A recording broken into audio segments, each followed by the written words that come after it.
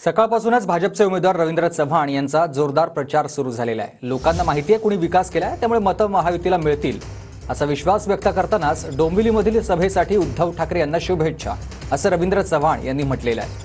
महाविकास आघाडी उमेदवारांसाठी आज उद्धव ठाकरेंची प्रचार सभा आयोजित करण्यात आलेली आहे। डोंबिवलीमध्ये भाजपच्या रवींद्र चव्हाण यांच्या विरोधात ठाकरे गटाच्या दीपक म्हात्रे यांच्यात लढत असेल।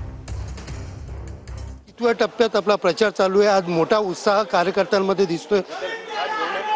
आपणा सर्वांना माहिती आहे की डोंबिवली मतदारसंघामध्ये महायुतीचा बालेकिल्ला म्हणून ओळखला जातो। महायुतीच्या कार्यकर्त्यांमध्ये प्रचंड उत्साह आहे।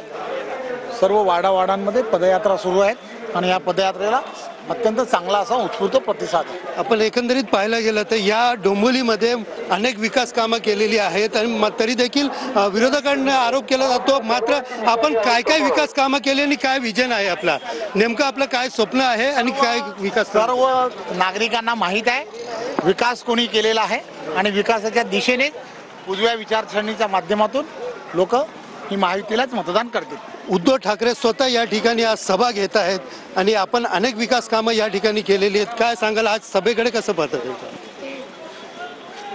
उद्धवजी आज डोंबिवलीमध्ये सभा घेत आहेत, त्यांना शुभेच्छा।